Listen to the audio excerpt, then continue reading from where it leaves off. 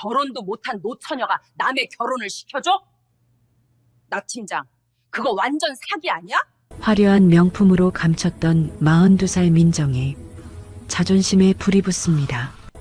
제대로 한 방 얻어맞은 민정은 시장 바닥으로 뛰어들었습니다. 10년째 매칭 실패인 마의 9999번 회원 강태욱. 장화를 신고 묵박스를 나르던 태욱의 앞에 키리를 신은 민정이 나타났습니다. 강세욱 씨, 나랑 결혼합시다. 딱 1년만 내 남편 노릇해주세요. 어안이 벙벙한 태욱의 손에서 무가 툭 떨어집니다.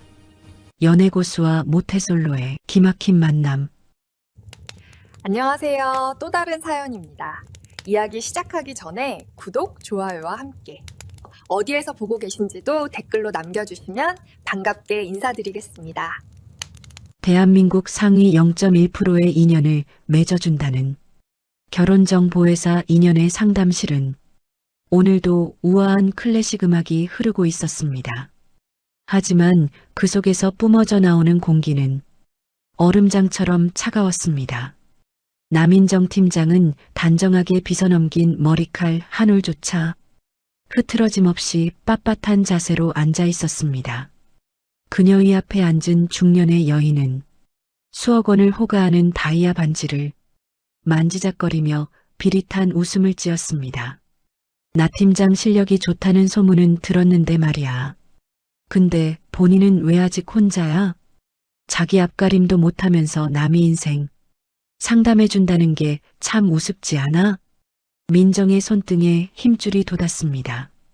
그녀는 억지로 입꼬리를 올리며 대답했습니다. 고객님, 구두방 주인이 신발 다 떨어진 거 신는다고 해서 구두 못 만드는 거 아닙니다. 오히려 남의 신발 고쳐주느라 제 신발 신경 쓸 겨를이 없었다고 봐주시면 안 될까요? 민정의 노련한 대처에도 고객은 콧방귀를 뀌며 일어섰습니다. 상담실 문이 닫히자마자 민정은 참았던 숨을 몰아쉬었습니다. 그때였습니다.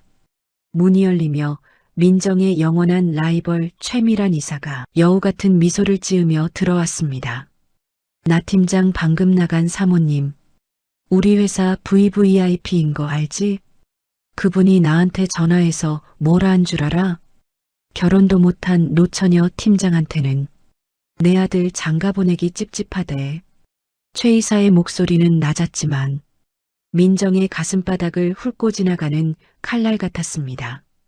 이사님, 그건 개인적인 편견일 뿐입니다. 편견도 실력이야. 이번 이사 승진 명단에서 나 팀장 이름 빠진 거 알지? 회장님께서 그러시더라. 대표성이 없다고. 남들 장가 시집 보내기 전에 본인 인생부터 증명해 보라고 말이야. 민정은 눈앞이 하얘지는 것을 느꼈습니다. 15년을 개처럼 일했습니다. 잠 못 자고 밥 걸으며 남들 인연 맺어주느라 정작 본인은 연애할 시간조차 없었습니다. 그런데 돌아온 것이 노처녀라는 꼬리표와 승진 탈락이라니 믿을 수가 없었습니다. 내가 보여줄게요. 이사님보다 훨씬 잘난 남자 만나서 내가 직접 증명한다고요. 민정은 홧김에 소리를 지르고 사무실을 뛰쳐나왔습니다. 하지만 막상 나오니 갈 곳이 없었습니다. 42살의 민정에게 남은 것은 회사 데이터베이스에 저장된 수만 명의 남자 명단뿐이었습니다. 그녀는 미친 사람처럼 모니터를 뒤지기 시작했습니다. 내가 누구를 선택해도 다들 의심하겠지. 그럼 아예 아무도 못 건드릴 남자를 고르는 거야. 누구도 성공시키지 못한 마의 회원. 그때 민정의 눈에 번쩍이는 숫자가 들어왔습니다. 회원번호 9999번 강태욱. 10년 전 가입 이후 단 한 번의 매칭도 성사되지 않은 전설의 모태솔로였습니다. 직업은 시장 야채배달부. 재산은 알 수 없음. 특이사항은 매칭 거부 10회 이상. 민정은 주먹을 불끈 쥐었습니다. 그래, 이 남자다.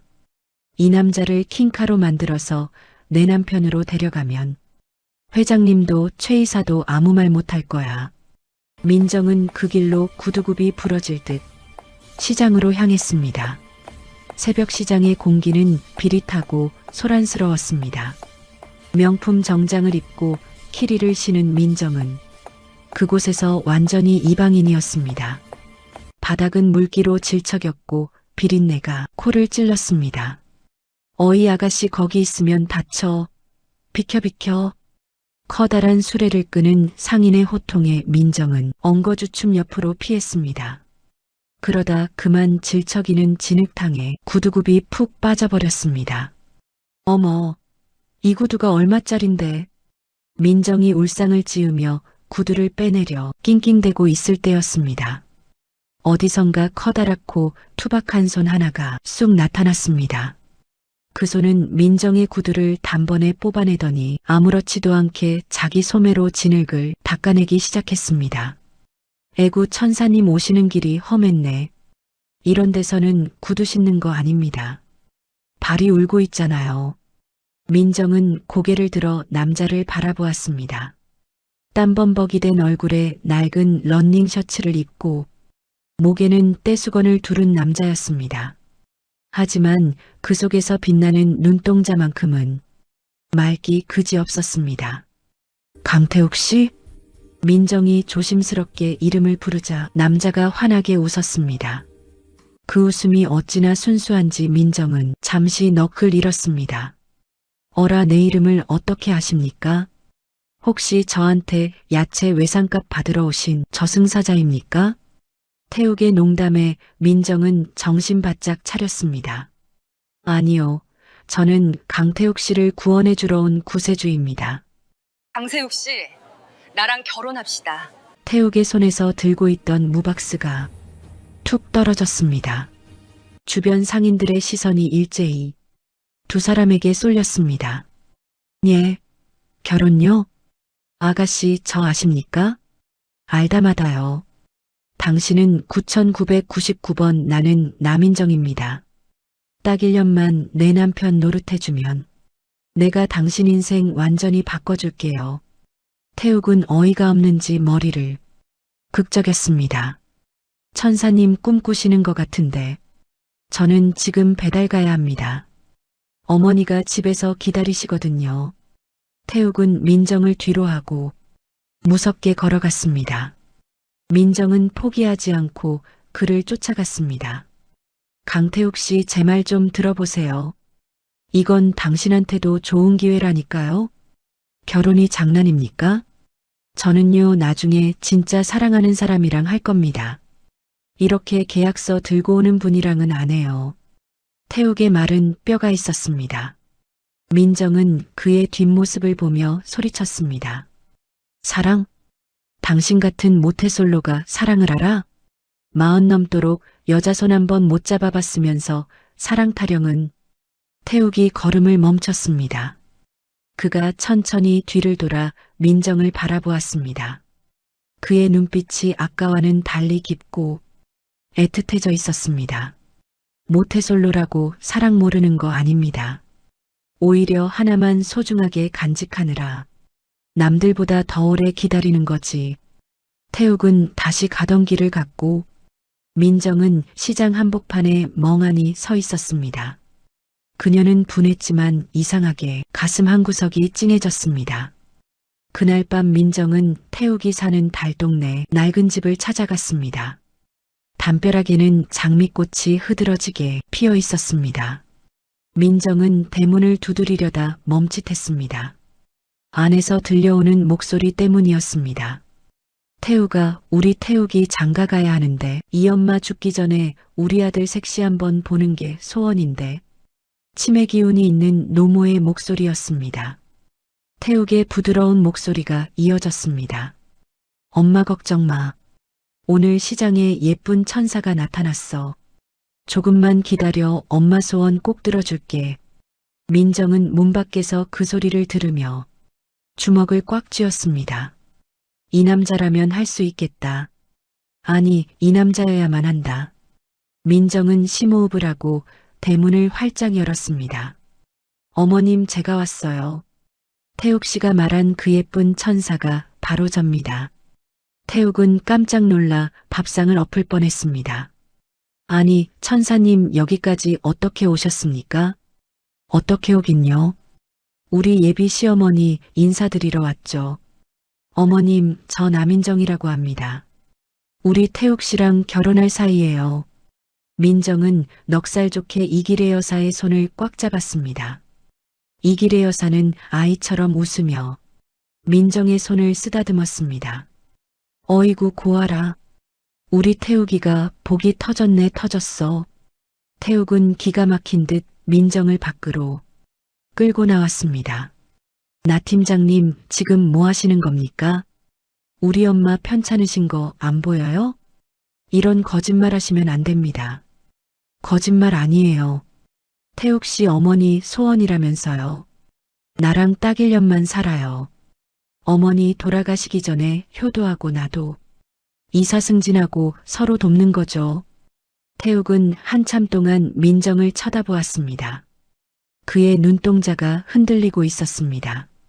정말 1년이면 됩니까? 그럼요. 계약서도 다 써왔어요. 태욱 씨는 그냥 평소처럼 살면 됩니다. 대신 사람들 앞에서는 나를 세상에서 제일 사랑하는 것처럼 연기해주면 돼요. 태욱은 한숨을 내쉬며 민정의 제안을 받아들였습니다. 하지만 그는 한 가지 조건을 내걸었습니다. 대신 나도 조건이 있습니다. 우리 엄마한테 상처 주면 안 됩니다. 그거 하나만 약속해 주세요. 민정은 고개를 끄덕였습니다.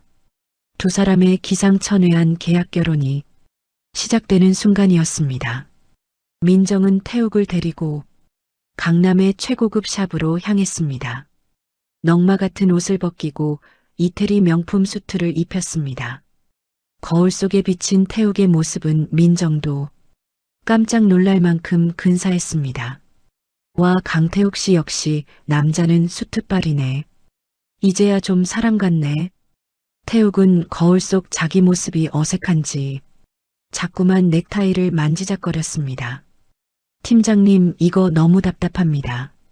그냥 장화 신고 문 하르는 게 제일 편한데. 안 돼요. 이제 당신은 자수성가한 유기농 유통업계의 큰손입니다. 내 말투 내 행동 다 배워야 해요. 두 사람은 샵을 나와 민정의 회사로 향했습니다. 최 이사가 보란듯이 기다리고 있는 그곳으로 말입니다. 민정은 태욱의 팔짱을 꽉 끼었습니다. 태욱의 심장 소리가 팔을 타고 민정에게까지 전해졌습니다. 강태욱 씨 떨려요? 아니요, 좀 덥네요. 팀장님 손에서 땀이 너무 많이 나거든요. 태욱의 농담에 민정은 피식 웃음이 났습니다. 두 사람이 회사 로비에 들어서자 직원들의 시선이 집중되었습니다. 최 이사가 하이힐 소리를 내며 다가왔습니다. 어머, 나 팀장 진짜 남자를 데려왔네? 어디 보자. 이분이 그 대단하다는 예비 신랑인가? 최 이사는 태욱을 위아래로 훑어보았습니다. 민정은 긴장하며 태욱의 팔을 더욱 세게 잡았습니다. 그때였습니다. 태욱이 자연스럽게 민정의 어깨를 감싸 안으며 입을 열었습니다. 안녕하십니까?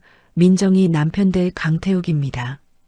우리 민정이가 이사님 칭찬을 어찌나 많이 하던지 꼭 한번 뵙고 싶었습니다. 태욱의 말투는 우아했고 눈빛은 당당했습니다. 민정은 속으로 쾌재를 불렀습니다. 하지만 최 이사는 호락호락하지 않았습니다. 그래요? 근데 강태욱 씨 손에 굳은 살이 참 많으시네. 무슨 사업을 하시길래 손이 이 모양일까? 민정의 등줄기에 식은땀이 흘렀습니다. 그때 태욱이 너털웃음을 터뜨리며 대답했습니다. 아, 이거요? 제가 직접 흙을 만져야 직성이 풀리는 성격이라서요. 땅이 주는 정직함을 믿거든요. 이사님도 기회되면 저희 농장에 한번 오세요. 제가 제일 싱싱한 무 하나 뽑아드릴게요. 태욱의 재치 있는 대답에 최 이사는 할 말을 잃었습니다. 민정은 태욱이 이렇게 연기를 잘할 줄 몰랐습니다.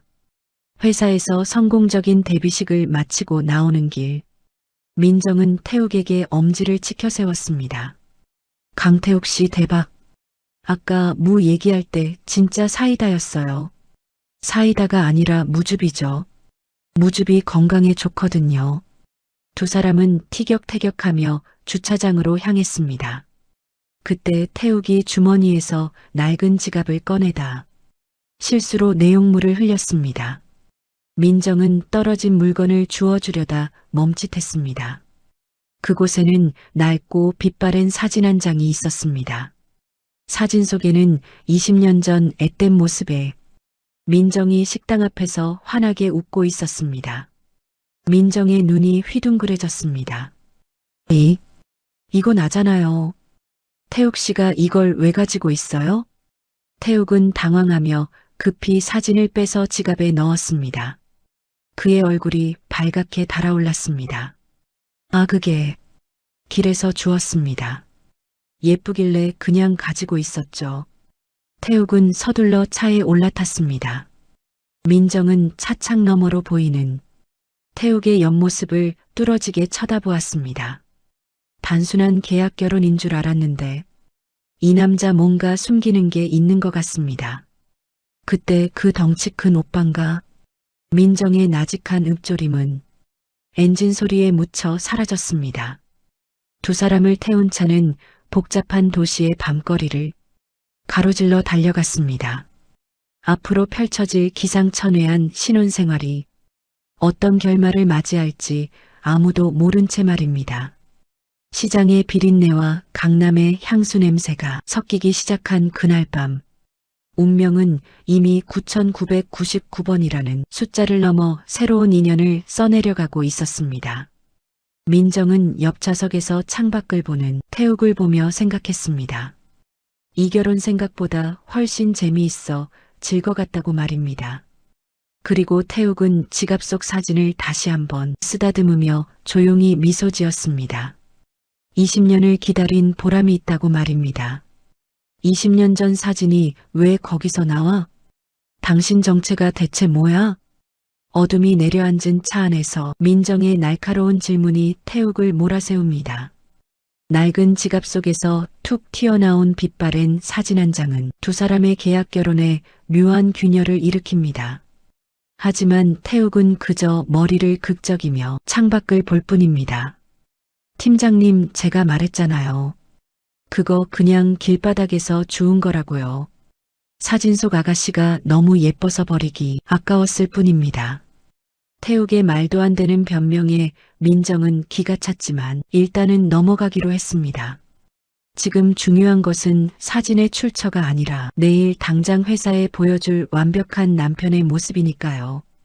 다음 날 새벽 민정은 태욱을 강남의 한 고급 스튜디오로 불러냈습니다.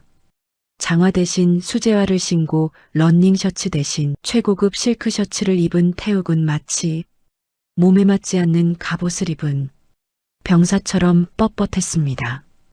태욱 씨 어깨 좀 펴세요.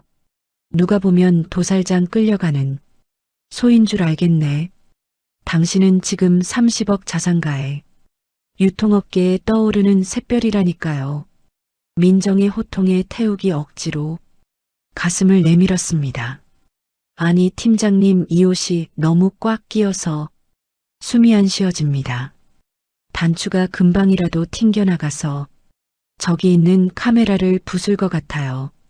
태욱의 엉뚱한 걱정에 민정은 뒷목을 잡았습니다. 하지만 촬영이 시작되자 태욱은 반전의 모습을 보여주었습니다. 카메라 렌즈를 응시하는 그의 눈빛이 순식간에 깊어지더니 묘한 분위기를 풍기기 시작한 것입니다. 시장통에서 무박스를 나르던 거친 남자의 매력과 세련된 수트의 조화는 민정의 예상보다 훨씬 강력했습니다. 모니터를 확인하던 민정은 자신도 모르게 침을 꿀꺽 삼켰습니다. 어머, 나 팀장 눈에서 레이저 나오겠네. 우리 예비 신랑이 그렇게 마음에 들어? 어느새 나타난 최 이사가 민정의 옆에서 비아냥거렸습니다. 최 이사는 태욱에게 다가가 교묘한 질문을 던지기 시작했습니다. 강태욱 씨 유통업계에 계신다고 했죠? 요즘 산지 물가 동향은 좀 어때요? 러시아 전쟁 때문에 수입산 비료값도 많이 올랐다던데 경영에 타격은 없으신가? 민정은 가슴이 철렁 내려앉았습니다. 이런 전문적인 질문에 태욱이 제대로 대답할 리 없다고 생각했기 때문입니다. 그런데 태욱이 아주 여유로운 미소를 지으며 입을 열었습니다. 이사님 비료값도 문제지만 진짜 무서운 건 이상기후죠. 작물은 거짓말을 안 하거든요. 사람이 욕심부리면 땅이 먼저 알아채고 문을 닫아버립니다. 경영도 마찬가지 아니겠습니까? 너무 앞만 보고 달리면 정작 중요한 뿌리가 썩는 법이죠. 태욱의 대답은 철학적이었고 힘이 있었습니다. 최 이사는 당황한 듯 입을 다물었고 민정은 속으로 쾌재를 불렀습니다. 강태욱 씨 오늘 아주 100점 만점에 만점이에요. 어떻게 그런 말을 다 했어요? 촬영이 끝나고 돌아오는 길 민정이 흥분해서 묻자 태욱이 소탈하게 웃었습니다. 팀장님, 제가 매일 만지는 게 흙이고 나무입니다. 그것들한테 배운 게 어디 한둘이겠습니까? 그냥 사는 얘기한 건데 이사님이 너무 심각하게 들으시더라고요. 민정은 이 남자가 단순히 모태솔로 야채 장수가 아님을 다시 한번 느꼈습니다. 그의 말에는 15년 동안 결정사에서 데이터만 만져온 민정은 결코 할 수 없는 삶의 통찰이 담겨 있었습니다. 하지만 감동도 잠시 두 사람 앞에는 더 큰 관문이 기다리고 있었습니다. 바로 완벽한 신혼부부로 보이기 위한 합가 프로젝트였습니다. 민정이 마련한 강남의 주상복합 아파트는 화려했지만 차가웠습니다. 태욱은 짐가방 2개를 들고 거실에 서서 입을 다물지 못했습니다. 여기서 저랑 같이 산다고요? 남녀 7세 부동석인데 이건 좀 아니지 않습니까? 태욱 씨 지금이 조선시대입니까? 그리고 이거 다 비즈니스예요. 비즈니스. 최 이사가 사람 붙여서 감시할 게 뻔한데 따로 살면 금방 들통난다고요. 민정은 태욱의 짐을 안방 옆 작은 방으로 밀어 넣었습니다. 그런데 태욱이 그 방을 보더니 고개를 절레절레 흔들었습니다. 아이고, 이 방은 너무 작아서 제 다리가 다 안 들어갑니다. 차라리 거실 소파에서 자는 게 편하겠어요. 안 돼요. 가사도우미도 올 텐데 각방 쓰는 거 들키면 어떡해요? 일단 짐 풀고 나와요. 저녁 먹으러 가야 하니까. 민정은 태욱을 데리고 최고급 스테이크 하우스로 향했습니다. 칼질하는 법부터 와인 매너까지 가르쳐야 할 게 산더미였습니다. 하지만 태욱은 포크와 나이프를 잡는 것조차 버거워했습니다. 팀장님, 그냥 가위 좀 달라고 하면 안 됩니까? 이거 고기가 질긴 건지 제 손이 바보인 건지 도통 썰리질 않아요. 태욱이 낑낑대며 고기를 썰다가 그만 스테이크 조각이 옆 테이블로 튀어나가고 말았습니다. 민정은 얼굴이 홍당무가 되어 고개를 숙였습니다. 강태욱 씨 제발 품격을 지키세요. 품격을. 품격보다 배고픔이 먼저입니다. 이런 쥐꼬리만한 고기 먹고 어떻게 힘을 씁니까? 시장 가면 5,000원의 국밥이 한 그릇인데 두 사람의 티격태격은 밤늦게까지 이어졌습니다. 겨우 집으로 돌아온 민정은 녹초가 되어 침대에 쓰러졌습니다. 그런데 거실에서 부스럭거리는 소리가 들렸습니다. 살그머니 나가보니 태욱이 거실 바닥에 신문지를 깔고 누우려 하고 있었습니다. 태욱 씨 거기서 뭐해요? 아, 집이 너무 화려해서 잠이 안 옵니다. 저는 그냥 이런 딱딱한 바닥이 체질에 맞나 봐요. 팀장님은 들어가서 편히 주무십시오. 민정은 바닥에 누운 태욱의 등을 보며 묘한 기분이 들었습니다. 화려한 강남 한복판에서 장화 냄새 나는 남자가 누워있는 풍경이 이상하게 싫지 않았습니다. 다음 날 아침 민정은 회사에서 걸려온 전화 한 통에 소스라치게 놀라 잠에서 깼습니다. 최 이사가 태욱의 신원을 본격적으로 조사하기 시작했다는 소식이었습니다. 태욱이 자주 가는 단골 식당부터 그가 배달하는 거래처 목록까지 싹 다 뒤지고 있다는 것입니다. 안 돼.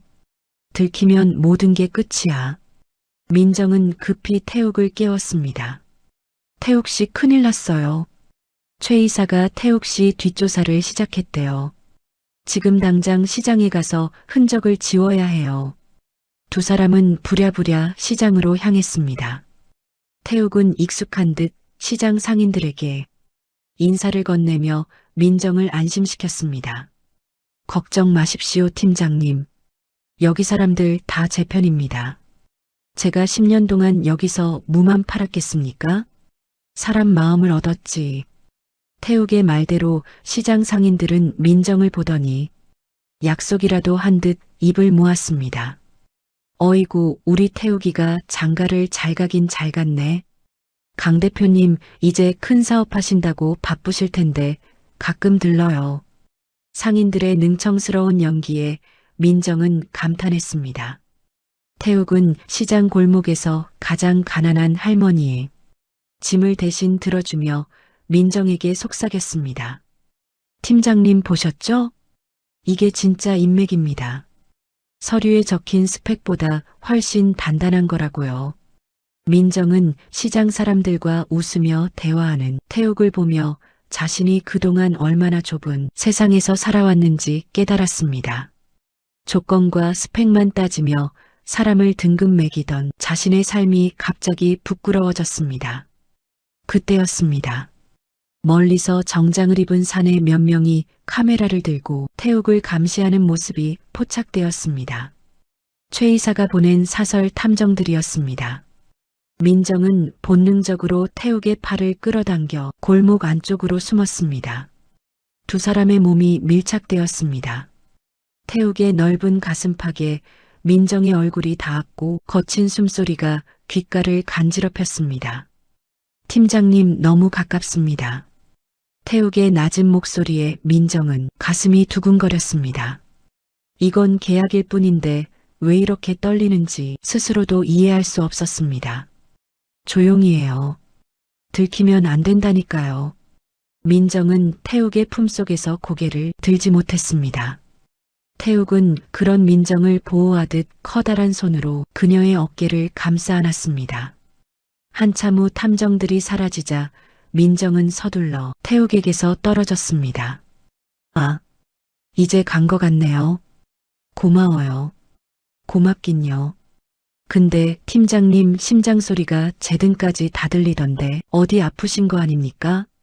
태욱의 무심한 농담에 민정은 얼굴이 화끈거렸습니다. 집으로 돌아오는 차 안 민정은 지갑 속에 있던 그 사진을 다시 떠올렸습니다.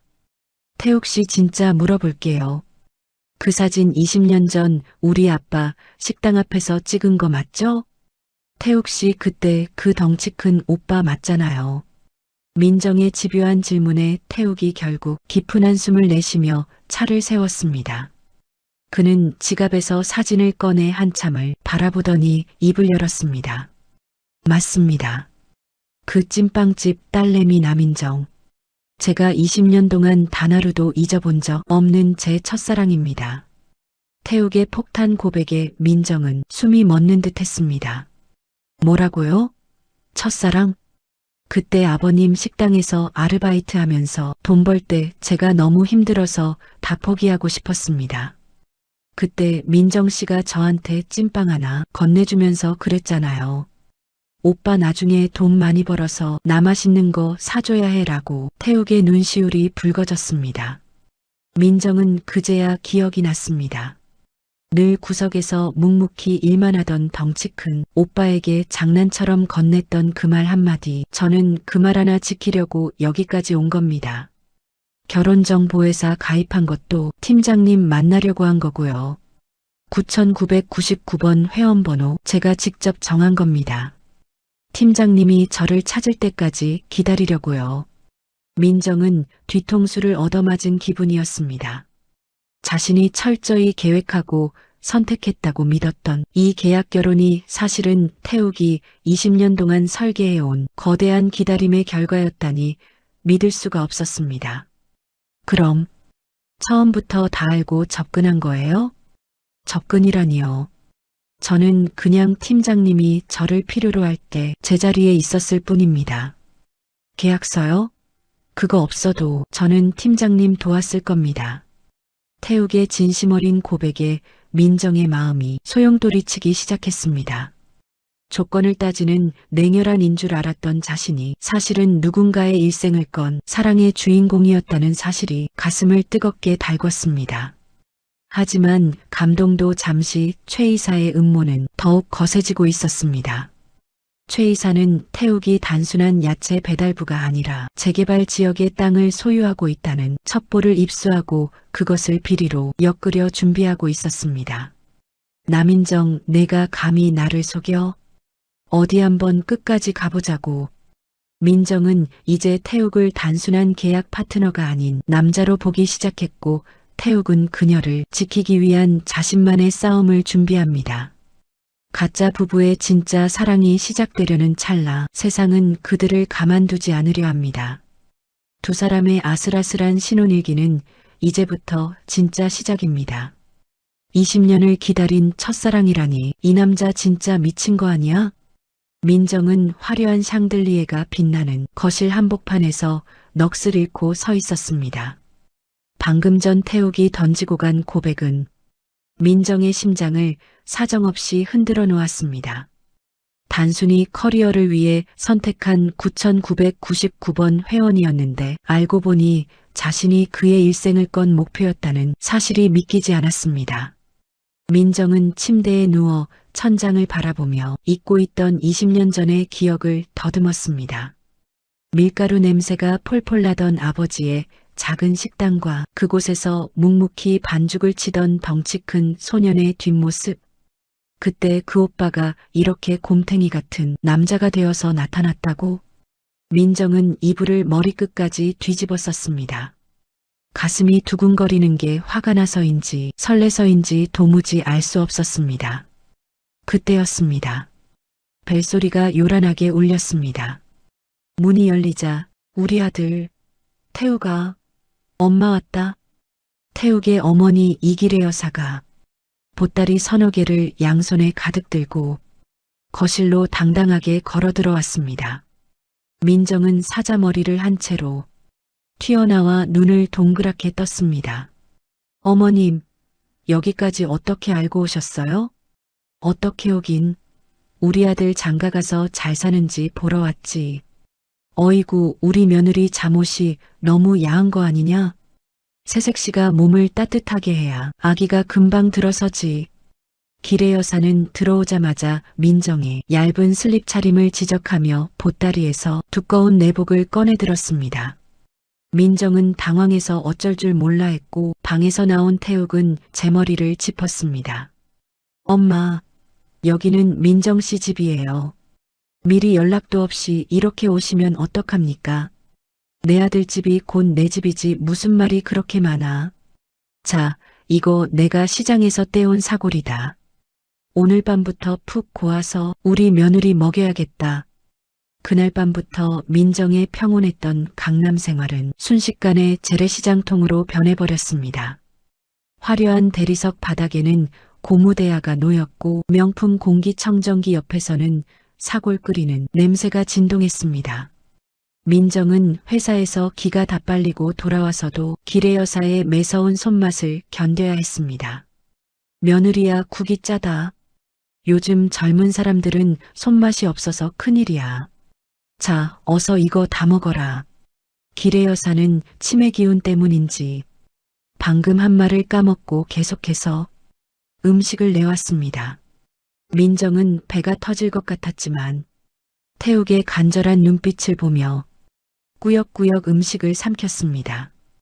태욱은 미안한 마음에 민정의 눈치만 살폈습니다. 팀장님 죄송합니다. 어머니가 저러시는 게 다 팀장님 예뻐해서 그러는 거예요. 태욱 씨 예뻐하는 것도 적당히 해야죠. 저 지금 배가 임신 5개월 차처럼 나왔다고요. 민정은 태욱의 가슴 등짝을 팍 때리며 신경질을 냈습니다. 하지만 태욱은 아프지도 않은지 실실 웃으며 민정의 어깨를 주물러 주었습니다.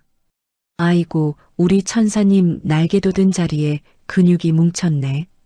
제가 시원하게 풀어드릴게요. 태욱의 투박하지만 따뜻한 손길이 어깨에 닿자 민정은 묘하게 긴장이 풀렸습니다. 이 남자는 이상했습니다. 화가 머리끝까지 나게 하다가도 결정적인 순간의 마음을 사르르 녹이는 재주가 있었습니다. 늦은 밤 민정이 서재에서 밀린 업무를 보고 있을 때였습니다. 누가 문을 살며시 두드리더니 태욱이 쟁반 하나를 들고 들어왔습니다. 쟁반 위에는 김이 모락모락 나는 머그잔 하나가 놓여 있었습니다. 이게 뭐예요? 꿀물입니다. 아까 어머니가 주신 술 드시고 속 쓰리실까봐 제가 몰래 탔습니다. 설탕 아니고 진짜 토종꿀이니까 한 방울도 남기지 말고 드세요. 태욱은 꿀물을 건네며 민정의 책상 위에 놓인 어지러운 서류들을 정리해 주었습니다. 민정은 따뜻한 컵을 두 손으로 감싸쥐었습니다. 달콤한 향기가 코끝을 간지럽히는데 갑자기 눈시울이 시큰해졌습니다. 15년 동안 치열하게 살아오면서 누구 하나 민정에게 꿀물을 타준 적은 없었습니다. 다들 실적을 가져오라고만 했지 속이 쓰리냐고 묻는 사람은 단 한 명도 없었습니다. 태욱 씨는 왜 이렇게 나한테 잘해줘요? 우린 그냥 계약관계일 뿐인데. 민정의 질문에 태욱은 잠시 멈칫하더니 특유의 아재 개그를 던졌습니다. 잘해주는 게 아니라 투자하는 겁니다. 팀장님이 잘 돼야 저도 장가 잘 간 남편으로 소문날 거 아닙니까? 그리고 원래 꿀물은 사랑하는 사람한테만 타주는 건데 팀장님은 제 고용주니까 특별히 한 잔 대접하는 겁니다. 태욱의 너스레에 민정은 피식 웃음을 터뜨렸습니다.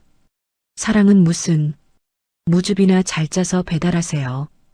A 무즙보다 꿀물이 100배는 더 달콤하죠. 얼른 드시고 주무십시오. 내일 중요한 파티 있다고 하셨잖아요. 태욱이 나가고 민정은 꿀물을 한 모금 마셨습니다. 가슴속 깊은 곳까지 따뜻한 기운이 퍼져나갔습니다. 그날 밤 민정은 태욱이 20년 전 자신에게 주려다 못 준 찐빵의 맛이 어쩌면 이 꿀물 맛과 같았을지도 모른다는 생각을 했습니다. 다음 날 민정의 회사에서는 큰 사건이 터졌습니다. 최 이사가 야심차게 준비한 연말 VIP 파티. 초대장이 민정에게도 날아온 것입니다. 말이 파티지 사실상 태욱의 정체를 만천하에 까발리려는 최 이사의 덫이었습니다. 나 팀장 이번 파티에 꼭 남편이랑 같이 와. 우리 회사 최고의 자산가분들이 다 모이는 자리인데 강태욱 씨 소개 안 하면 섭섭하잖아. 최 이사의 도발에 민정은 주먹을 꽉 쥐었습니다. 들키면 끝장이라는 공포감이 엄습했지만 태욱의 그 당당했던 눈빛을 떠올렸습니다. 걱정 마세요, 이사님. 제 남편이 워낙 바빠서 시간 내기 힘들겠지만 제가 잘 설득해 볼게요. 집으로 돌아온 민정은 태욱에게 상황을 설명했습니다. 태욱은 예상했다는 듯 고개를 끄덕였습니다. 올 것이 왔군요. 팀장님, 저 믿으시죠?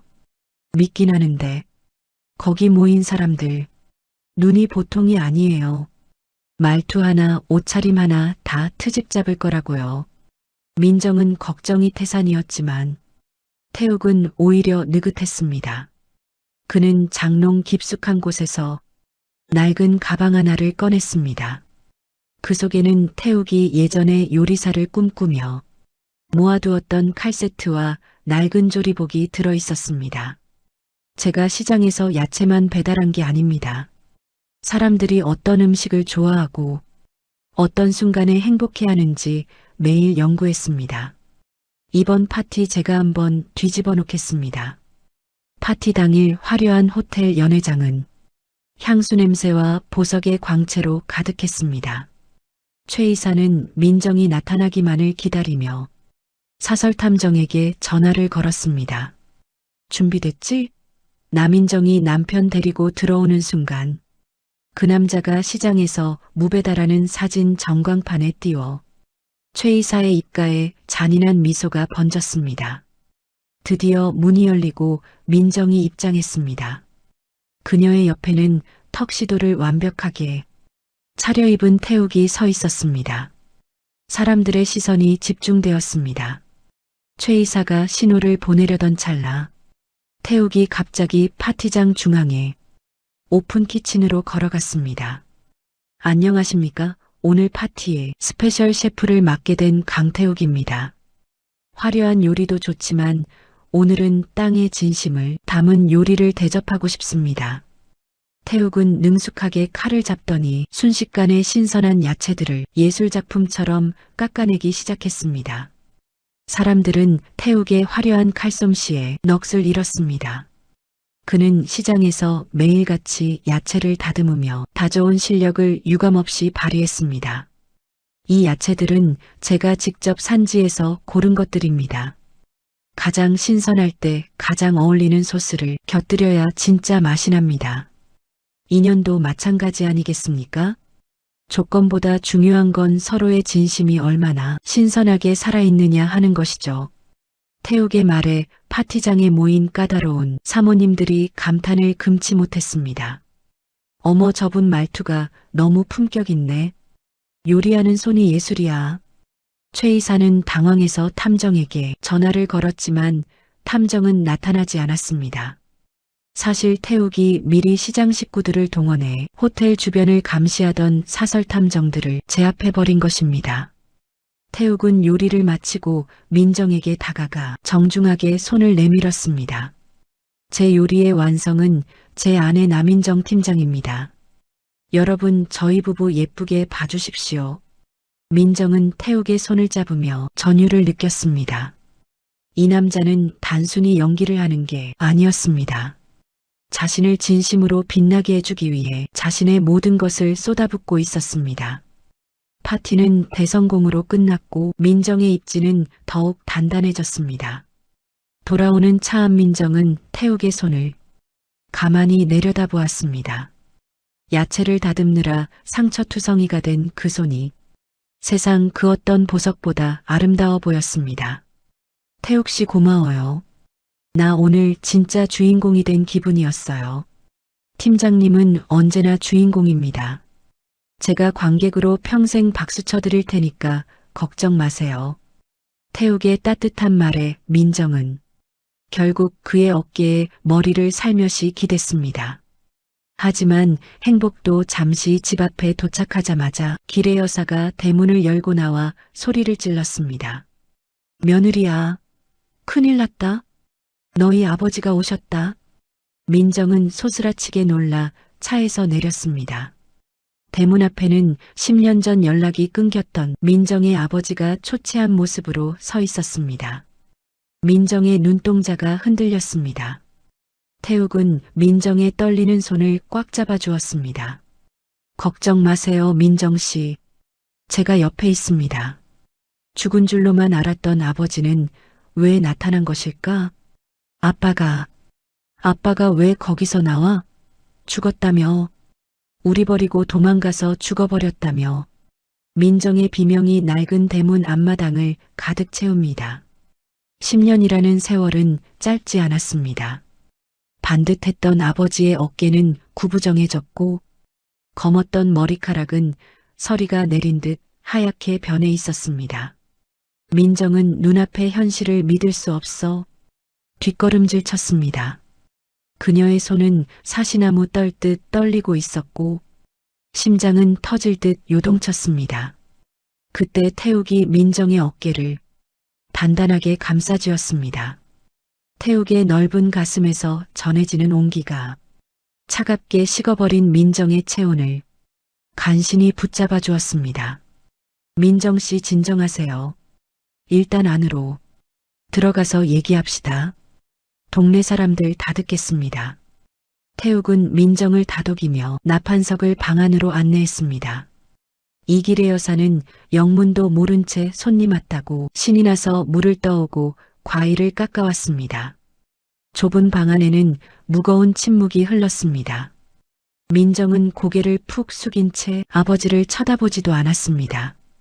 민정아, 나다. 내 애비야. 살아서 미안하다. 정말 미안해. 나판석의 갈라진 목소리가 정적을 깨뜨렸습니다. 그의 목소리에는 10년 넘게 쌓인 회한과 죄책감이 묻어 있었습니다. 민정은 결국 참았던 울음을 터뜨리며 소리쳤습니다. 미안하면 오지 말았어야지. 10년 동안 어디서 뭐하다가 이제 와서 나타난 건데 나 결혼한다고 하니까 돈이라도 뜯으러 온 거야? 민정의 독설은 칼날보다 날카롭게 나판석의 가슴을 후벼 팠습니다. 나판석은 아무 말도 하지 못하고 눈물만 뚝뚝 흘렸습니다. 태욱은 조용히 일어나 나판석에게 따뜻한 차 한 잔을 건넸습니다. 장인어른 일단 이거 좀 드세요. 민정 씨가 너무 놀라서 저러는 거니까 마음 쓰지 마시고요. 태욱은 민정에게 눈짓을 하며 밖으로 데리고 나갔습니다. 두 사람은 밤 공기가 차가운 마당 귀퉁이에 섰습니다. 태욱 씨 왜 그래요? 저 사람 우리 아빠 아니에요. 나 버리고 간 사람이라고요. 민정 씨 저분이 여기 어떻게 알고 오셨겠습니까? 제가 아까 지갑 보니까 민정 씨 사진이 손때가 묻어서 너덜너덜하더라고요. 버린 게 아니라 못 오신 겁니다. 그 손을 보세요. 평생 거친이라며 사신 손이잖아요. 태욱의 말에 민정은 다시금 마음이 흔들렸습니다. 태욱은 민정의 차가운 손을 자기 주머니 속에 넣고 꼭 쥐어주었습니다. 사람 인연이라는 게 억지로 끊는다고 끊어지는 게 아닙니다. 9999번 회원이었던 제가 민정 씨 남편이 된 것처럼 말이죠. 일단 지켜봅시다. 진심이 뭔지. 태욱의 따뜻한 중재 덕분에 민정은 간신히 마음을 추스렸습니다. 하지만 다음 날부터 민정의 고난은 회사에서도 시작되었습니다. 최 이사가 어디서 소문을 들었는지 민정의 아버지가 나타났다는 사실을 알고 회장님께 보고한 것입니다. 회장님 나 팀장 집안이 보통 복잡한 게 아닙니다. 죽었다던 아버지가 나타나질 않나? 아주 콩가루 집안이 따로 없어요.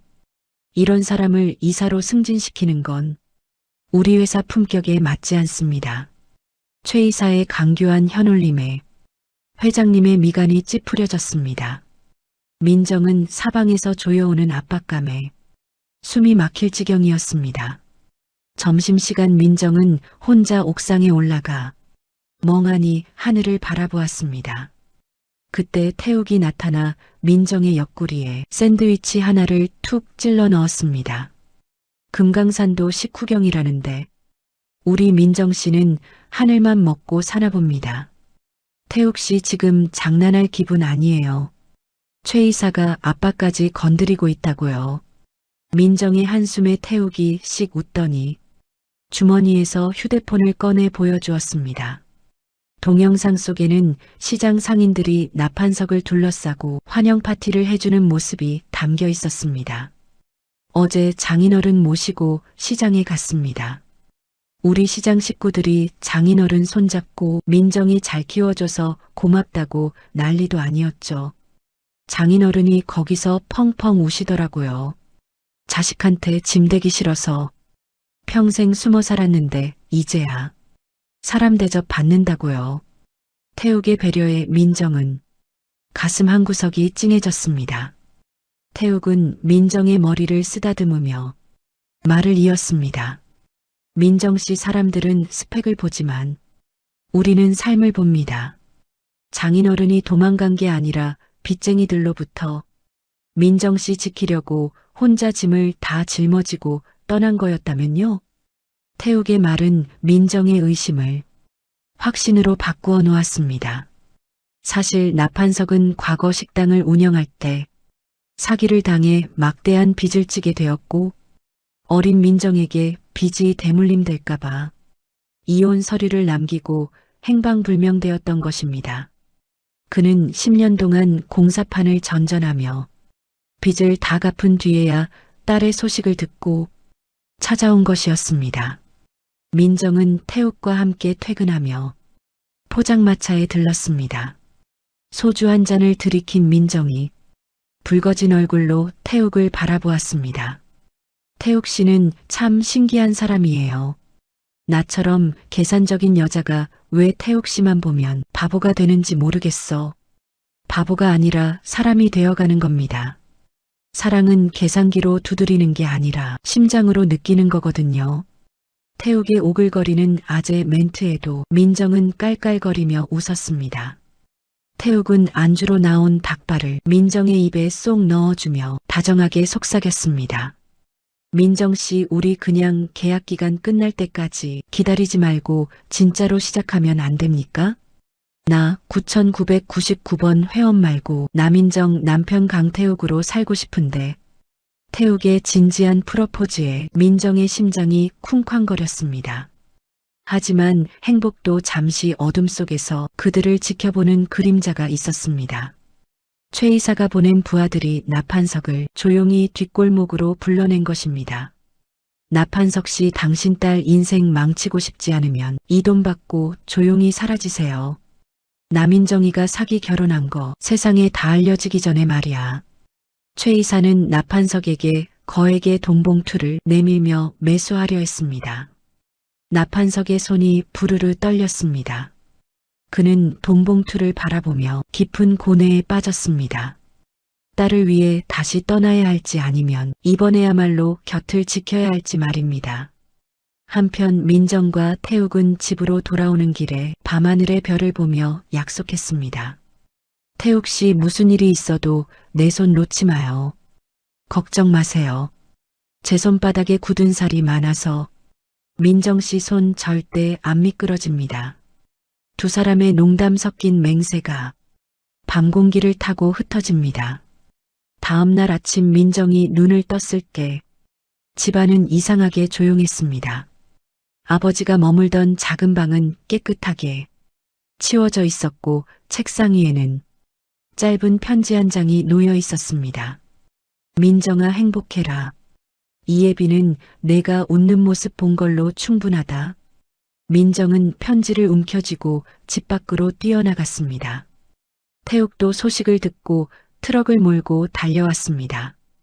태욱 씨, 아빠가 또 사라졌어요. 최 이사가 아빠한테 무슨 짓을 한 것 같아요. 민정의 절규와 함께 태욱의 눈빛이 매섭게 변했습니다. 최 이사, 감히 건드리지 말아야 할 걸 건드렸군. 태욱은 트럭 핸들을 꺾으며 어디론가 전화를 걸었습니다. 그는 시장 식구들에게 비상 연락을 돌렸고 순식간에 수십 대의 배달 오토바이가 최 이사의 차를 추격하기 시작했습니다. 시장의 힘이 발휘되는 순간이었습니다.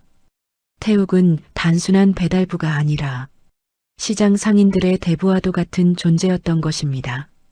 최 이사는 고속도로 위에서 수많은 오토바이에 포위된 채 당황했습니다.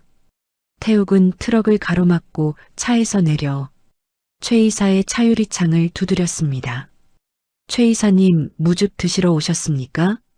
아니면 우리 장인 어른한테 빌려준 돈 받으러 오셨나?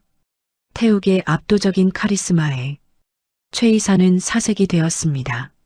나판석은 뒷좌석에서 눈물을 흘리며 내렸고 민정은 아버지를 부둥켜 안고 울었습니다. 아빠 가지 마. 이제 내가 아빠 지켜줄게. 민정의 진심 어린 외침에 나판석도 결국 딸을 꽉 안아주었습니다. 태욱은 최 이사를 향해 싸늘하게 한마디 던졌습니다. 이사님, 사람 인생 매칭하는 게 직업이라면서요. 근데 악연을 매칭하면 본인도 벌 받는 거 모릅니까? 이번 승진 이사님이 아니라 우리 민정 씨가 갈 겁니다. 내가 가진 이 땅의 집은 몽땅 민정 씨 이름으로 넘겼거든요. 태욱의 폭탄 발언에 민정도 최 이사도 입을 다물지 못했습니다. 태욱이 재개발 지역의 땅 부자라는 사실이 공식적으로 드러나는 순간이었습니다. 최 이사는 부들부들 떨며 비명을 질렀고 태욱은 민정을 보며 윙크를 보냈습니다. 팀장님 보너스가 좀 두둑하죠? 이제 사표 대신 승진 축하주나 한잔합시다. 사랑은요, 팀장님 제철과일 같아요. 억지로 익히면 맛이 없고 때를 기다려야 달콤해지는 법이거든요. 새벽 공기가 내려앉은 시장 골목에서 태욱이 무심하게 던진 말 한마디가 민정의 가슴에 깊게 박힙니다. 화려한 강남의 결정사 사무실에서 조건과 스펙만 따지던 민정에게 태욱의 투박한 진심은 마치 낯선 이 세계의 언어처럼 들렸습니다. 어제까지만 해도 이사가 되느냐 마느냐를 놓고 목숨을 걸었던 민정은 지금 명품 키릴 대신 고무장화를 신고 배추 더미 사이에 서 있습니다. 태욱은 익숙한 솜씨로 무박스를 나르며 땀을 닦아냈습니다. 팀장님, 거긴 좀 미끄러우니까 조심하세요. 천사님 날개에 흙 묻으면 안 되니까요. 태욱의 농담에 민정은 픽 웃음이 났습니다. 태욱 씨, 저 지금 날개 꺾인 지 오래예요. 이사 승진은커녕 회사에서 쫓겨나게 생겼는데 날개가 다 무슨 소용이에요. 민정은 투덜거리면서도 태욱이 건네준 장갑을 끼고 배추를 하나씩 옮기기 시작했습니다. 시장 사람들은 그런 민정을 보며 신기한 듯 말을 건넸습니다. 어이구, 강 대표 색시가 아주 야무지네. 그 고운 손으로 배추를 다 나르고 말이야. 우리 태욱이가 전생에 나라를 구했어. 상인들의 칭찬에 민정은 묘한 쑥스러움을 느꼈습니다. 결정사에서 성혼 사례금으로 수천만 원을 받았을 때보다 시장 할머니가 건네준 뜨끈한 캔커피 한 잔에 더 마음이 따뜻해지는 자신을 발견한 것입니다. 태욱은 시장 상인들의 대소사를 챙기느라 눈코 뜰 새 없이 바빴습니다. 옆집 할머니의 무거운 짐을 대신 들어주는 것은 기본이고 정육점 사장님의 부부싸움 상담까지 도맡아 했습니다. 민정은 그 모습을 가만히 지켜보며 태욱이 왜 9,999번 회원으로 남았는지 알 것 같았습니다. 그는 누군가에게 선택받기 위해 자신을 꾸미는 사람이 아니라 이미 누군가에게 필요한 존재로 충만하게 살아가고 있는 사람이었습니다. 태욱 씨는 참 신기해요. 30억이나 되는 땅을 가지고 있으면서 왜 매일 이렇게 힘들게 배달을 해요? 그냥 편하게 건물 주소리 들으면서 살아도 되잖아요. 민정의 질문에 태욱이 리어카를 멈추고 고개를 돌렸습니다. 팀장님, 땅은요, 제가 잘나서 가진 게 아니라 부모님이 평생 땀 흘려 일궈놓으신 유산입니다.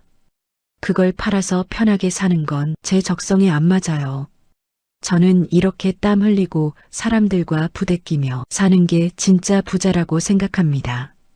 태욱의 말은 짧았지만 울림은 컸습니다.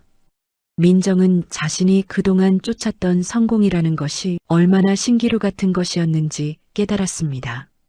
오전 업무가 끝나고 태욱은 시장 뒤편 작은 공터에 평상을 폈습니다.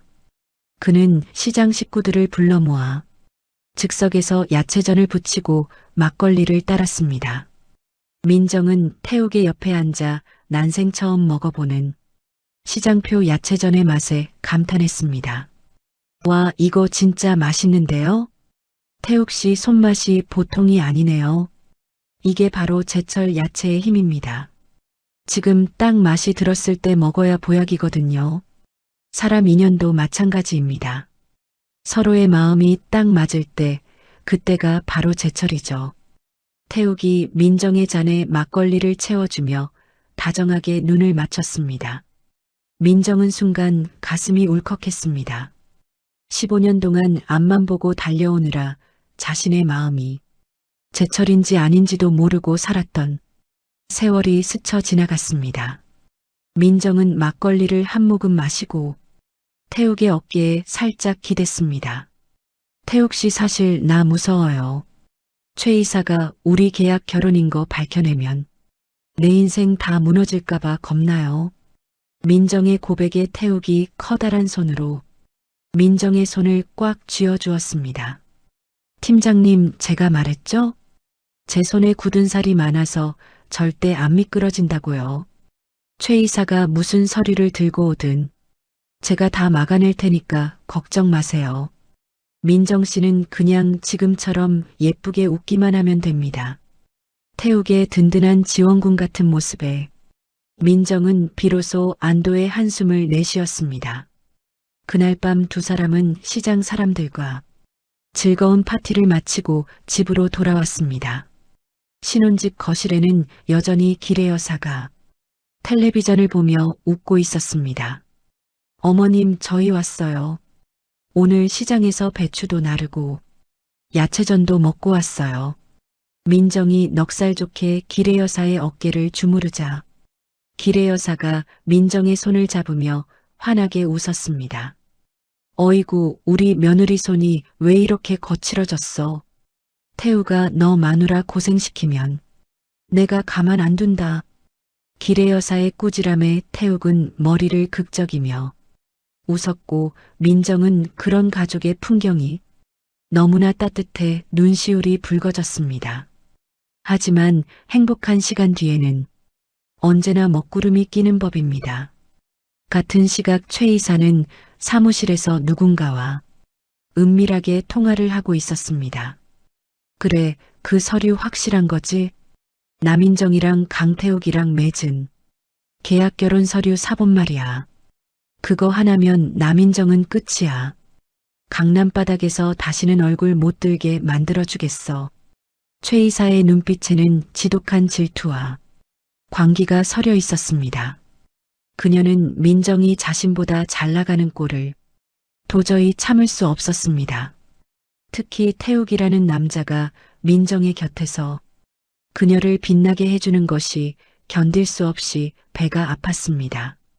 다음 날 아침 민정은 회사로부터 긴급 호출을 받았습니다. 이사회에서 민정의 승진과 관련된 중대 발표가 있다는 것이었습니다. 민정은 긴장된 마음으로 정장을 차려입었습니다. 태욱은 민정의 옷을 매만져주며 응원의 메시지를 보냈습니다. 팀장님, 당당하게 다녀오세요.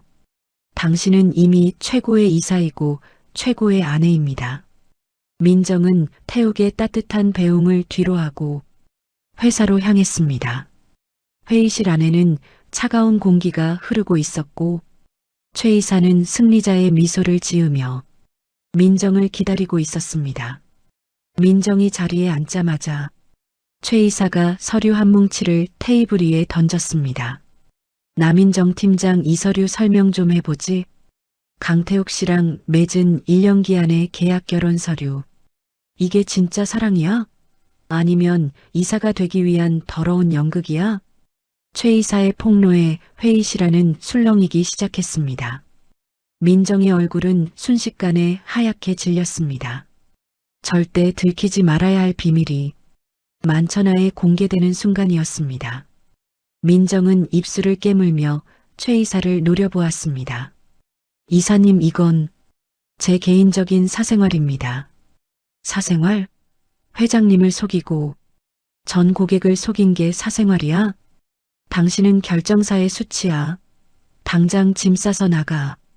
최 이사의 고함이 회의실을 가득 채웠습니다. 민정은 눈앞이 캄캄해졌습니다.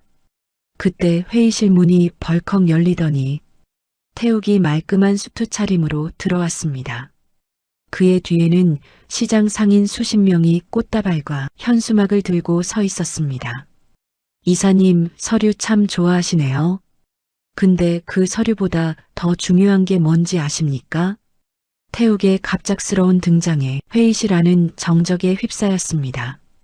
태욱은 최 이사가 던진 서류를 주워 보란 듯이 찢어버렸습니다. 계약서요? 그거 처음엔 제가 제안한 거 맞습니다. 민정 씨를 너무 사랑해서 어떻게든 곁에 두고 싶었거든요. 그니까 이건 계약 결혼이 아니라 제 일방적인 구애 작전이었습니다. 태욱의 당당한 고백에 민정은 눈물이 왈칵 쏟아졌습니다. 시장 상인들도 일제히 환호성을 지르며 민정을 응원했습니다. 우리 나 팀장님이 얼마나 착한 사람인지 우리가 보증합니다. 매일 새벽 시장에 나와서 일손 돕고 상인들 고충 들어주는 이런 사람이 진짜 이사가 돼야죠. 상인들의 목소리에 회장님도 고개를 끄덕이기 시작했습니다. 민정은 태욱의 손을 꽉 잡았습니다. 태욱은 민정을 향해 윙크를 보내며 최 이사에게 한마디 더 던졌습니다. 이사님, 남의 사랑 트집 잡을 시간에 본인 사랑이나 좀 챙기시죠. 아참, 제가 이번에 기부한 재단에 이사님 이름으로 장학금 좀 보냈습니다. 마음 좀 곱게 쓰시라고요. 태욱의 화끈한 반격에 최 이사는 얼굴이 울그락불그락해져 아무 말도 하지 못했습니다. 민정은 비로소 깨달았습니다. 자신을 지켜준 것은 화려한 커리어나 스펙이 아니라 자신을 진심으로 아껴주는 사람들의 온기였다는 것을요. 두 사람은 회의실을 나와 시장 식구들과 함께 승리의 행진을 시작했습니다. 강남 한복판에서 배달 오토바이 수십 대가 경적을 울리며 두 사람의 앞날을 축복했습니다. 민정은 태욱의 옆좌석에 앉아 창밖을 보며 활짝 웃었습니다. 태욱 씨, 나 이제 이사 안 해도 돼요. 태욱 씨 아내로 사는 게 내 최고의 커리어니까요. 에이, 이사님 무슨 말씀입니까? 이제 우리 민정 씨가 사장님 하셔야죠. 제가 뒷바라지 다 해드릴 테니까 걱정 마세요. 사람의 욕심은 끝이 없고 그 욕심이 칼이 되어 돌아올 때 우리는 비로소 가장 소중한 것이 무엇인지 깨닫게 됩니다. 창밖에는 때이른 찬비가 쏟아지고 있었습니다.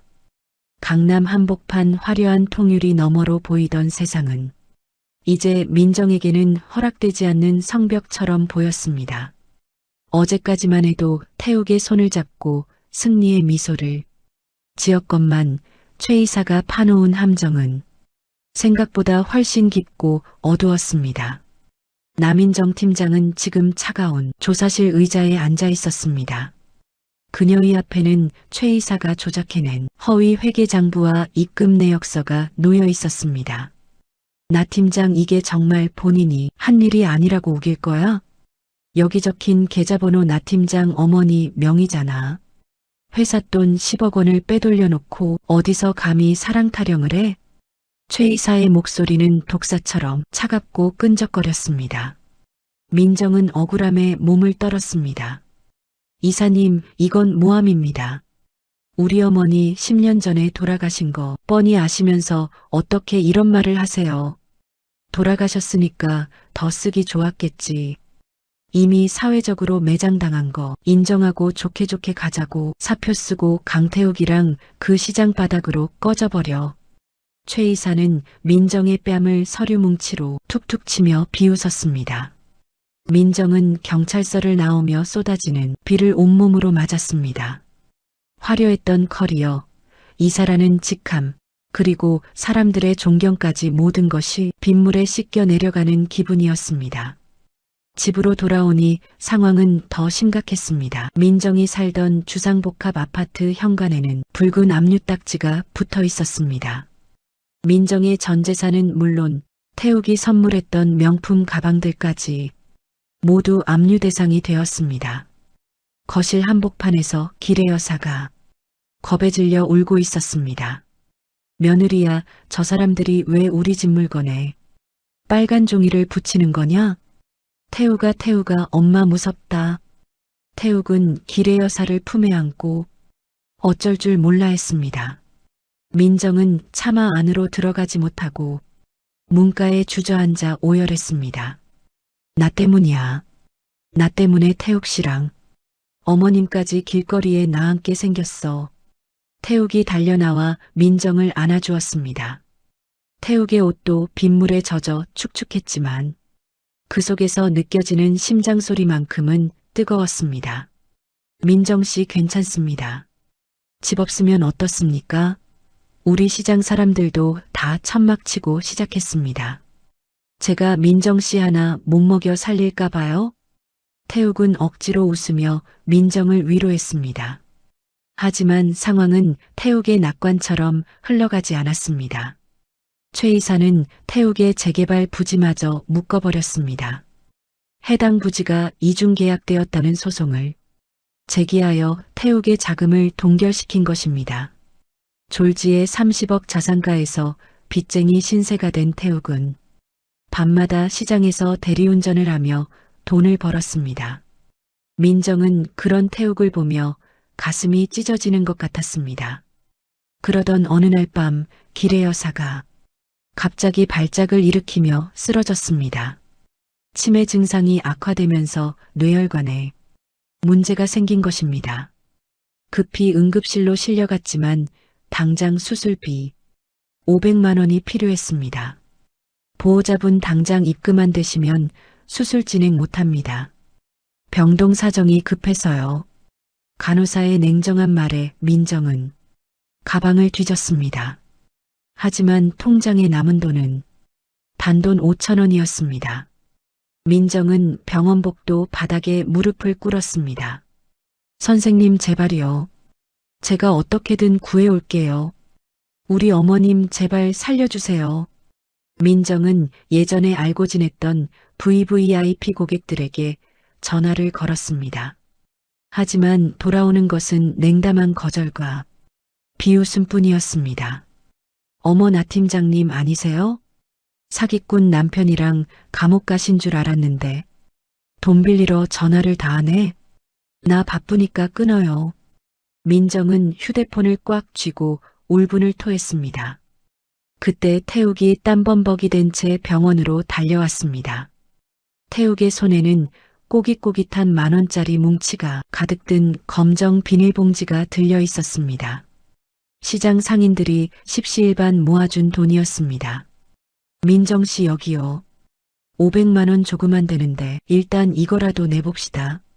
태욱의 손은 상처투성이었습니다.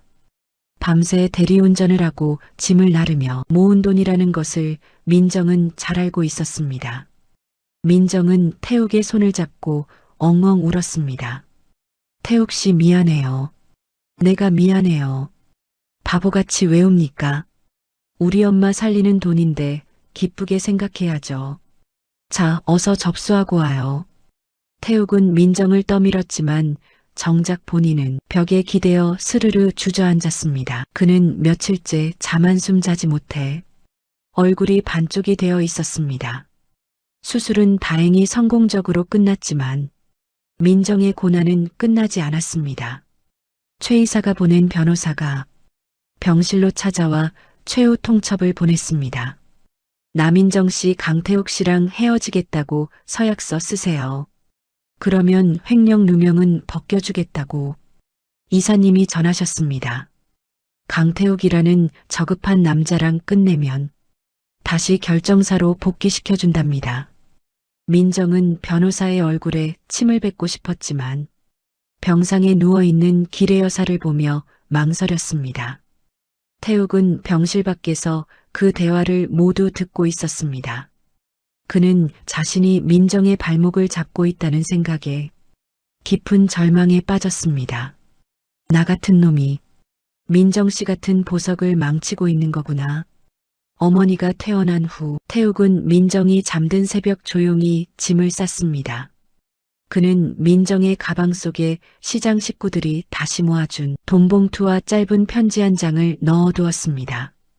민정 씨 나랑 있으면 민정 씨 날개가 영영 안 돋을 것 같아요. 잠시만 떨어져 있읍시다. 민정 씨가 다시 빛나는 모습으로 돌아오면 그때 제가 무박스 들고 다시 프로포즈 할게요. 사랑합니다. 나의 천사님. 민정이 잠에서 깨어났을 때 태욱의 자리는 차갑게 식어 있었습니다. 민정은 미친 사람처럼 뛰쳐나갔습니다. 강태욱, 태욱 씨, 어디 갔어? 하지만 태욱의 낡은 트럭은 이미 멀리 사라진 뒤였습니다. 민정은 비오는 앞마당에서 자리에 주저앉아 통곡했습니다. 모든 것을 잃었습니다. 커리어도, 집도, 그리고 자신의 생명보다 소중한 태우까지 사라져버렸습니다. 민정은 빗물에 섞인 눈물을 닦으며 도끼를 품었습니다. 최 이사, 당신이 이겼다고 생각하지 마. 내가 어떻게든 다시 일어나서 당신이 저지른 짓들 다 밝혀낼 거야. 그리고 태욱 씨, 당신도 절대 용서 안 해. 왜 나를 혼자 두고 가? 이제부터는 연애고수 남인정이 아닌 생존고수 남인정의 처절한 반격이 시작됩니다.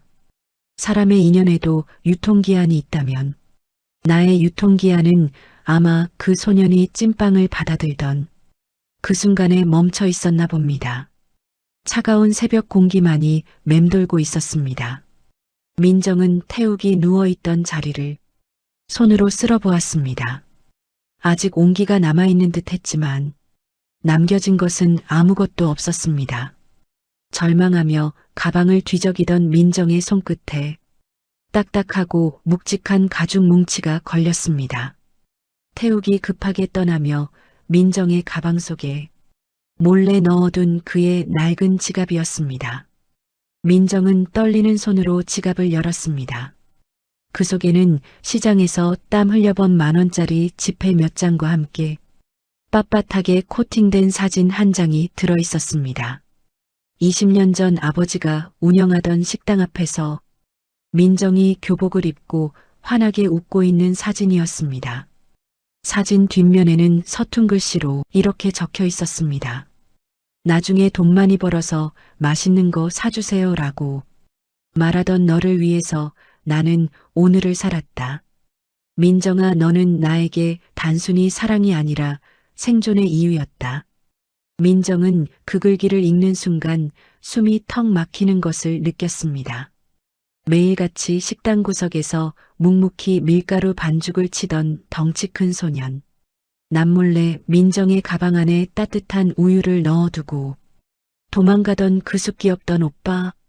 그게 바로 강태욱이었다는 사실이 다시 또 민정의 가슴을 사정없이 후벼 팠습니다.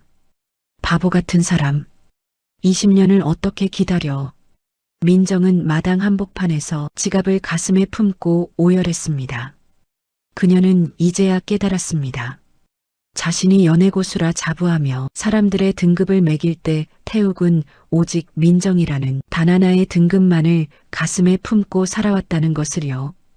민정은 빗물을 닦아낼 새도 없이 시장으로 향했습니다. 태욱의 트럭이 세워져 있던 자리에는 빗물만이 고여 있었습니다. 야채가게 상인들은 민정을 보더니 약속이라도 한 듯 고개를 돌렸습니다. 아주머니들, 태욱 씨 어디 갔어요? 강태욱 씨 어디로 갔는지 아시잖아요. 제발 알려주세요. 민정은 비에 젖은 채로 상인들의 손을 붙잡고 애원했습니다. 정육점 사장님이 안쓰러운 듯 긴 한숨을 내쉬며 입을 열었습니다. 나 팀장님, 태욱이 그놈 이제 찾지 마요. 지 때문에 고운 아가씨 인생 망쳤다고 밤새도록 울다가 떠났어. 치매 어머니 모시고 아무도 모르는 고향집으로 내려갔으니까 이제 그만해요. 고향집이 어디예요? 네, 사장님 제발요. 우리도 몰라요. 그냥 남쪽 어디라고만 했지. 태욱이가 나 팀장님 다시는 시장 바닥에 발 못 붙이게 하라고 신신당부하고 갔단 말이요. 민정은 자리에 주저앉아 흙탕물을 뒤집어 썼습니다. 화려한 강남 결정사에서 최고급 정장을 입고 승진을 논하던 남인정은 이제 없었습니다. 그녀에게 남은 것은 낡은 지갑 하나와 태욱에 대한 지독한 그리움뿐이었습니다. 그때 민정의 머릿속에 태욱이 예전에 했던 말이 떠올랐습니다. 나중에 힘들면 내가 태어난 곳으로 가보세요. 거기엔 1년 내내 따뜻한 바람이 불고 노란 유채꽃이 가득하거든요. 민정은 곧바로 공항으로 향했습니다. 남쪽 끝 제주도 서귀포 근처의 작은 마을일지도 모른다는 직감이 들었습니다. 한편 최 이사는 민정이 몰락한 것을 자축하며 호화로운 파티를 열고 있었습니다. 이제 남인정은 끝이야. 결정사 이사는 당연히 내 거고 강남 바닥에서 그년 이름 꺼내는 사람도 없을걸? 최 이사는 샴페인을 들이키며 사악하게 웃었습니다. 하지만 그녀가 간과한 것이 있었습니다. 민정의 아버지 나판석이 태욱의 지시를 받고 최 이사의 비서실에 몰래 잠입해 결정적 증거를 모으고 있었다는 사실입니다. 나판석은 딸을 위해 이번에야말로 아버지 노릇을 하겠다며 최 이사의 이중장부를 복사하는 데 성공했습니다. 그는 태욱이 떠나기 전 남긴 메시지를 기억했습니다. 장인어른 민정 씨를 지켜주세요. 저는 잠시 물러나 있겠지만 진실은 반드시 밝혀져야 합니다. 민정은 비행기에 몸을 실었습니다. 아래로 보이는 풍경을 보며 그녀는 태욱에게 보내는 편지를 마음속으로 썼습니다. 태욱 씨, 나 이제 팀장님 아니에요. 그냥 찐빵집 딸내미 민정이에요. 당신이 사주겠다는 맛있는 거, 그거 먹으러 가고 있으니까 제발 거기 있어줘요. 서귀포에 도착했을 때는 이미 밤이 깊었습니다. 바닷바람이 차가웠지만 민정은 쉴 새 없이 마을 사람들에게 태욱의 인상착의를 묻고 다녔습니다. 혹시 키가 크고 덩치가 좋은 남자분 못 보셨나요? 치매 걸린 어머니를 모시고 온 분인데 수십 번의 거절 끝에 마을어기 구멍가게 할머니가 고개를 끄덕였습니다. 아, 그 총각? 어제 왔지. 저기 언덕 위 낡은 돌담집으로 들어갔어. 어머니가 아주 고우시더라고. 민정은 할머니가 가리킨 방향으로 미친 듯이 달렸습니다. 숨이 턱끝까지 차올랐지만 멈출 수 없었습니다. 저 멀리 돌담집 창가에서 은은한 불빛이 새어나오고 있었습니다. 민정은 대문 앞에서 숨을 고르며 문을 두드리려 했습니다. 그때 안에서 들려오는 태욱의 목소리가 민정의 발길을 붙잡았습니다. 엄마 여기 좋지? 이제 서울 사람들 무서운 말 안 들을 수 있어. 나랑 여기서 농사 지으면서 살자. 내가 민정 씨 잊을 수 있게 도와줘 엄마. 태욱의 목소리는 떨리고 있었습니다. 민정은 문 밖에서 그 소리를 들으며 참았던 눈물을 터뜨렸습니다. 이 남자는 끝까지 자신을 위해 자신을 버린 것이었습니다. 민정은 대문을 활짝 열고 앞마당으로 들어섰습니다. 강태욱 씨, 누구 마음대로 나를 잊어. 당신이 잊고 싶다고 잊혀지는 사람인 줄 알아? 태욱은 마당에서 나무를 패다 소스라치게 놀라 도끼를 놓쳤습니다. 민정 씨? 여기까지 어떻게 해? 태욱의 얼굴은 하루 사이에 수척해져 있었습니다. 민정은 태욱에게 달려가 가슴팍을 주먹으로 쳤습니다. 바보야 멍청이야. 20년을 기다려놓고 고작 누명 하나 때문에 나를 버려? 당신이 그러고도 남자야? 태욱은 민정의 매질을 묵묵히 받아내다 결국 그녀를 꽉 끌어안았습니다. 미안합니다, 민정 씨. 내가 너무 무능해서 민정 씨 날개를 꺾어버린 것 같아서 그랬습니다. 내 날개는 당신이야. 당신이 없으면 나 날아봤자 갈 데도 없어. 두 사람은 달빛 아래에서 서로를 껴안고 한참을 울었습니다. 방 안에서 이길의 여사가 나와 두 사람을 보며 환하게 웃었습니다. 어이구, 우리 며느리 왔네. 태우가 며느리 배고프단다. 얼른 밥 차려라. 길의 여사의 천진난만한 목소리에 두 사람은 눈물을 닦으며 웃음을 터뜨렸습니다. 민정은 태욱의 손을 꽉 잡으며 선언했습니다. 나 이제 강남 안 가요. 여기서 당신이랑 같이 야채 팔고 찐빵 팔면서 살 거야. 그게 내 최고의 커리어니까. 태욱은 민정의 이마에 입을 맞추며 대답했습니다. 고맙습니다, 민정 씨. 이제는 절대로 그 손 안 놓겠습니다. 하지만 행복도 잠시 민정의 휴대폰이 요란하게 울렸습니다. 아버지 나판석이었습니다. 민정아, 증거 찾았다. 최 이사 그년 이제 끝이야. 당장 서울로 올라와라. 민정은 태욱을 바라보았습니다. 태욱의 눈빛이 매섭게 변했습니다. 민정 씨, 마지막으로 한 번만 더 강남으로 갑시다. 우리가 잃어버린 거 다 되찾으러 가야죠. 민정과 태욱은 이제 수비가 아닌 공격을 준비합니다. 두 사람의 반격이 시작되려 하는 찰나 최 이사가 보낸 괴한들이 돌담집 주변을 포위하기 시작했습니다.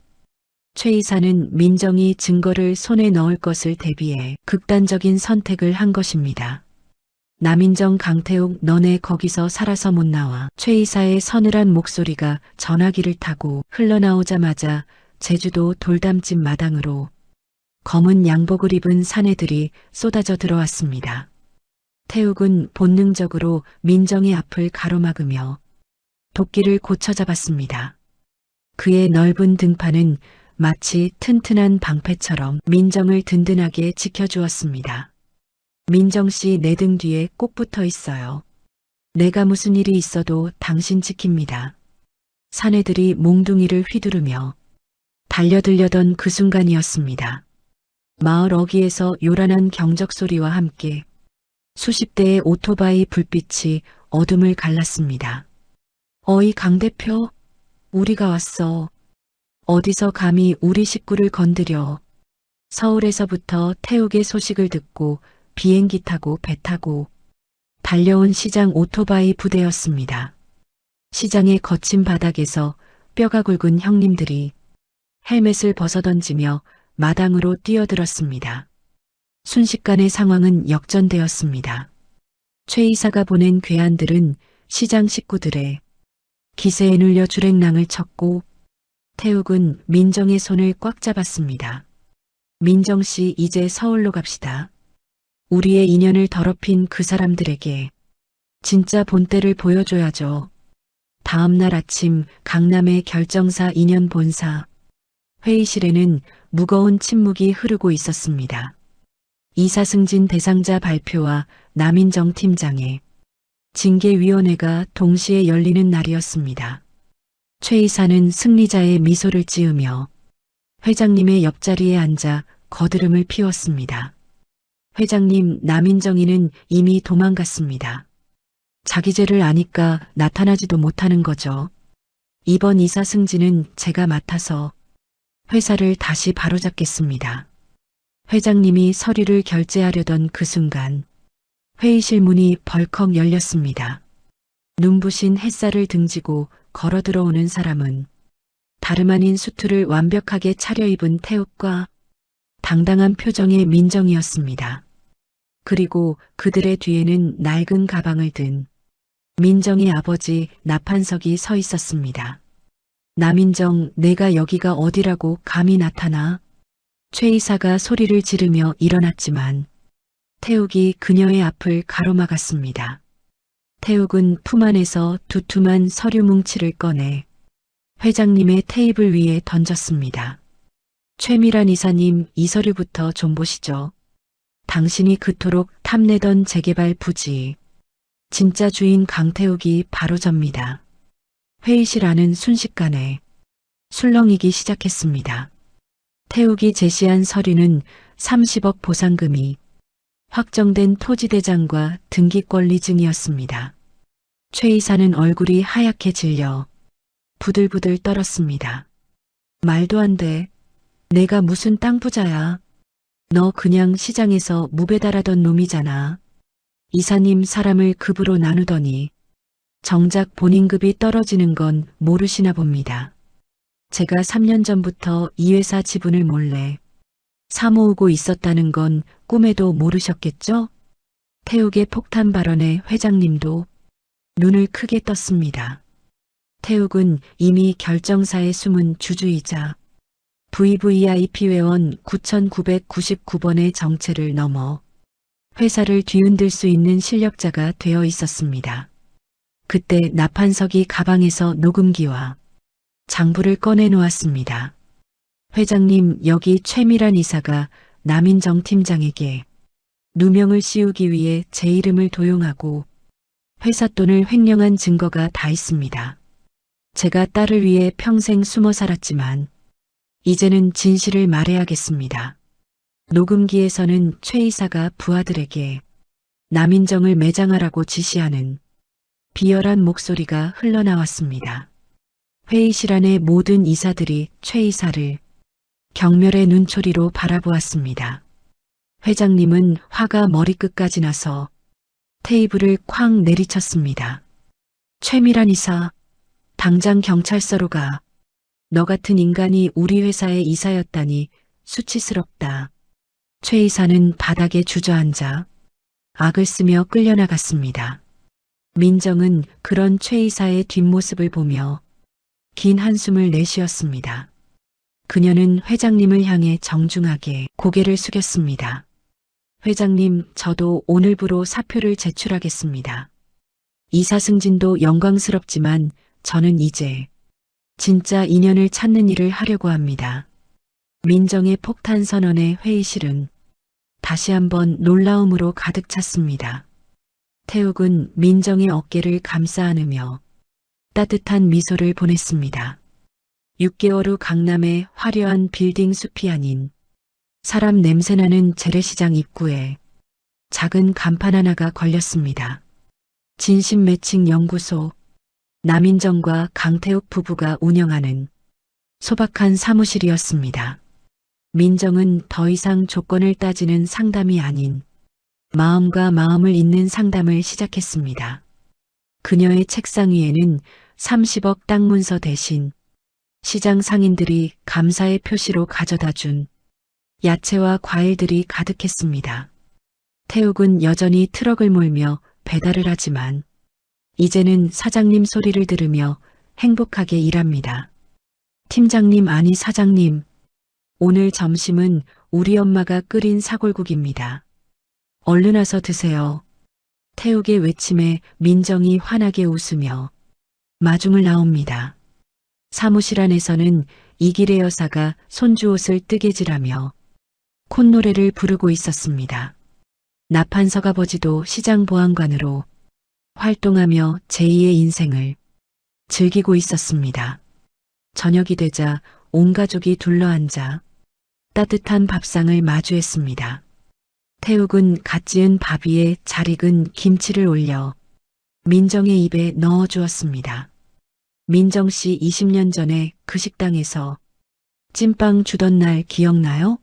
나는 그 맛을 잊지 못해서 여기까지 온 것 같아요. 태욱 씨, 나도 이제야 알 것 같아. 진짜 인연은 찾아가는 게 아니라 서로의 마음속에서 자라는 거라는 걸요. 민정은 태욱의 손을 꽉 잡았습니다. 그녀의 약지에는 태욱이 시장에서 첫 수익으로 사주었던 소박한 금반지가 반짝이고 있었습니다. 세상의 잣대로는 9999번이라는 꼴찌 번호였지만 민정에게 태욱은 세상 단 하나뿐인 1번이었습니다. 가족들의 웃음소리가 창밖으로 번져나가고 시장의 밤은 평화롭게 깊어갑니다. 사랑에도 제철이 있다면 아마도 진심이 무르익은 바로 지금 이 순간이 아닐까요? 가장 낮은 곳에서 피어난 가장 화려한 사랑의 꽃이 이제 만개했습니다. 여러분이라면 조건이 화려한 가짜를 선택하시겠습니까? 아니면 투박하지만 따뜻한 진짜를 선택하시겠습니까? 그 말이 아직도 귓가에 맴돕니다. 당신은 나의 처음이자 마지막 사랑입니다. 20년의 기다림이 헛되지 않았음을 증명해준 태욱과 민정의 이야기는 여기서 마칩니다. 우리의 인연이 누군가의 가슴에 따뜻한 희망이 되길 바랍니다. 긴 이야기 끝까지 시청해 주셔서 감사합니다. 구독하고 함께 이야기해 주세요. 우리 세대의 사연은 우리가 남깁니다. 또 다른 사연은 계속됩니다.